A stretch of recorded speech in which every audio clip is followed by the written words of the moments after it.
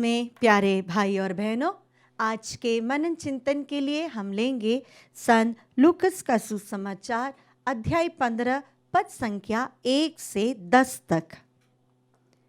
ईसा का उपदेश सुनने के लिए नाकेदार और पापी उनके पास आया करते थे। फरीसी और शास्त्री यह कहते हुए बुनबुनाते थे, यह मनुष्य पापियों का स्वागत करता है और उनके साथ खाता पीता है। इस पर ईसा ने उनको यह दृष्टांत सुनाया, यदि तुम्हारे 100 भेड़ हो और उनमें एक भी भटक जाए, तो तुम लोगों में कौन ऐसा होगा जो 99 भेड़ों को निर्जन प्रदेश में छोड़कर न जाए और उस भटकी हुई को तब तक न खोजता रहे जब तक वह उसे नहीं पाएगा। पाने पर वह आनंदित होकर उसे अपने कंधों पर रख लेता है और घर आकर अपने मित्रों और पड़ोसियों को बुलाता है और उनसे कहता है, मेरे साथ आनंद मनाओ, क्योंकि मैंने अपनी भटकी हुई भेड़ को पा लिया है। मैं तुमसे कहता हूँ, इसी प्रकार 99 धर्मियों की अपेक्षा जिन्हें पश्चाताप की आवश्यकता नहीं है, एक पश्चातापी पापी के लिए स्वर्ग में अधिक आनंद मनाया जाएगा। अथवा कौन ऐसी स्त्री होगी जिसके पास 10 सिक्के हो और उनमें एक भी खो जाए, तो वह बत्ती जलाकर और घर बुहार कर सावधानी से तब तक न खोजती रहे जब तक वह उसे नहीं पाए। पाने पर वह अपनी सखियों और पड़ोसिनों को बुलाकर कहती है, मेरे साथ आनंद मनाओ, क्योंकि मैंने जो सिक्का खोया था उसे पा लिया है। मैं तुमसे कहता हूँ, इसी प्रकार ईश्वर के दूत एक पश्चातापी पापी के लिए आनंद मनाते हैं। प्रिय भाई और बहनों, आज के इस पैसेज के शुरुआत में ही प्रभु यीशु के श्रोता कौन थे प्रभु बताते हैं। यहाँ पर प्रभु के पास बहुत सारे नाकेदार और पापी लोग जो समाज से तिरस्कृत थे वे आते हैं, और साथ में फरीसी और शास्त्री भी। यह एक 2 ग्रुप ऐसा है जहाँ पर एक डिवीजन हुआ है, एक पापियों का ग्रुप और एक धर्मियों का ग्रुप। लेकिन अगर हम इस वचन को, इस पैसेज को पूर्ण रूप से पढ़े तो हम समझ सकते हैं यह 2 कैटेगरी, एक पश्चाताप करने वाले पापियों का ग्रुप और एक पश्चाताप ना करने वाले पापियों का ग्रुप है। यहाँ पर प्रभु 2 दृष्टांत देते हैं। एक दृष्टांत ऐसा है कि एक भेड़ 100 में से भटक जाती है और 99 को छोड़कर प्रभु एक के पीछे जाते हैं। हम में से कई लोग इसे समझ नहीं पाते। इसका कारण यह है कि यह लॉजिकल नहीं है। ऐसा कोई करेगा नहीं, कभी नहीं करेगा। जो उसके पास बचा है वो उसे बचाने की कोशिश करेगा। लेकिन प्रभु कुछ अलग ही है। उनके दिल में इतनी अनुकंपा है, इतना प्रेम है कि वे सब कुछ को छोड़कर जो व्यक्ति उनसे दूर है उसे खोजने के लिए निकलते हैं। जो प्रभु से दूर है, जो प्रभु से नाराज है, जो प्रभु को विश्वास नहीं करते हैं, जो गलत राह पर चलते हैं, प्रभु उनके खोज में निकलते हैं। हम इंग्लिश में एक टाइटल प्रभु को देते हैं, द हाउंड ऑफ हेवन। एक ऐसा कुत्ता जो कभी भी पीछा नहीं छोड़ता, द हाउंड ऑफ हेवन। प्रभु कभी भी एक पापी का पीछा नहीं छोड़ता। उसे पाने के लिए कितने भी कष्ट क्यों ना उठाने पड़े, वे ज़रूर उसे उठाते हैं।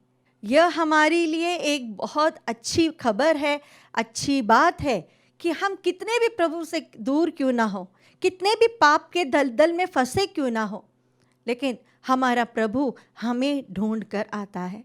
एक कदम आगे रखना काफ़ी है, प्रभु हमारे पास 10 कदम दौड़ कर आते हैं।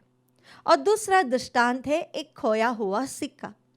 जब हम इस सिक्के के बारे में सुनते हैं तो हमें लगता है कि एक सिक्का, एक चवन्नी या एक अठन्नी या 1 रुपया के लिए कोई ऐसा करेगा कि नहीं।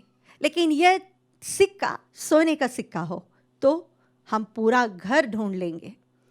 कुछ वर्ष पहले मेरी दीदी के घर में मेरे जीजाजी की सोने की अंगूठी खो गई। करीबन 5 साल पहले की घटना है। उन्होंने बहुत कोशिश की उस अंगूठी को ढूंढने के लिए, उन्हें नहीं मिला। मेरे जीजाजी बहुत निराश हो गए, बहुत दुखी हो गए, क्योंकि वो उनकी वेडिंग रिंग थी। लेकिन पिछले हफ्ते उन्होंने मुझे फ़ोन कर कर कहा, मेरी अंगूठी मुझे मिल गई। कहीं खेत में एक पेड़ के नीचे मिट्टी में दबा हुआ था। वो बहुत खुश थे। उन्होंने हमारे परिवार के सभी लोगों को फ़ोन कर कर ये बात बताई। प्यारे भाई और बहनों, हमारे पास से कुछ अमूल्य चीज़ जब खो जाती है तो हमें बहुत दुख होता है।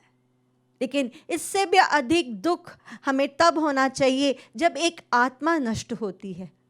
प्रभु को वह दुख है, शायद हमको नहीं है।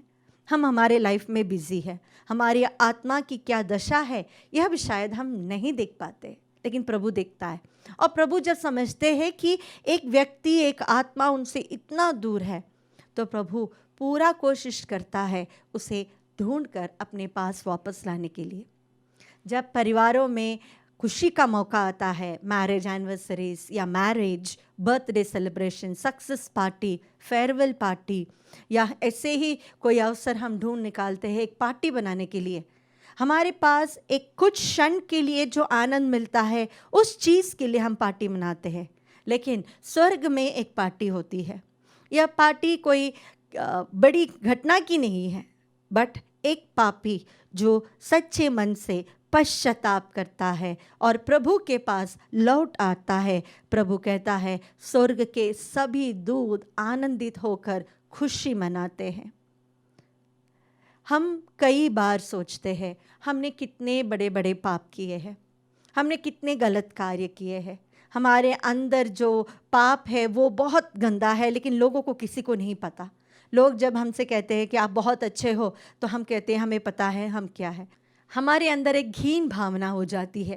लेकिन प्रभु हमसे कहते हैं अगर हम पश्चाताप करें और प्रभु के पास लौटे, प्रभु हमारे लिए इंतज़ार कर रहा है। अपने दोनों हाथों को फैलाकर आलिंगन कर कर हमें एक चुंबन देने के लिए, हमारे साथ पिता ईश्वर के पास ले जाकर उस स्वर्ग में एक आनंद बनाने के लिए एक मौका ढूंढते बैठते हैं।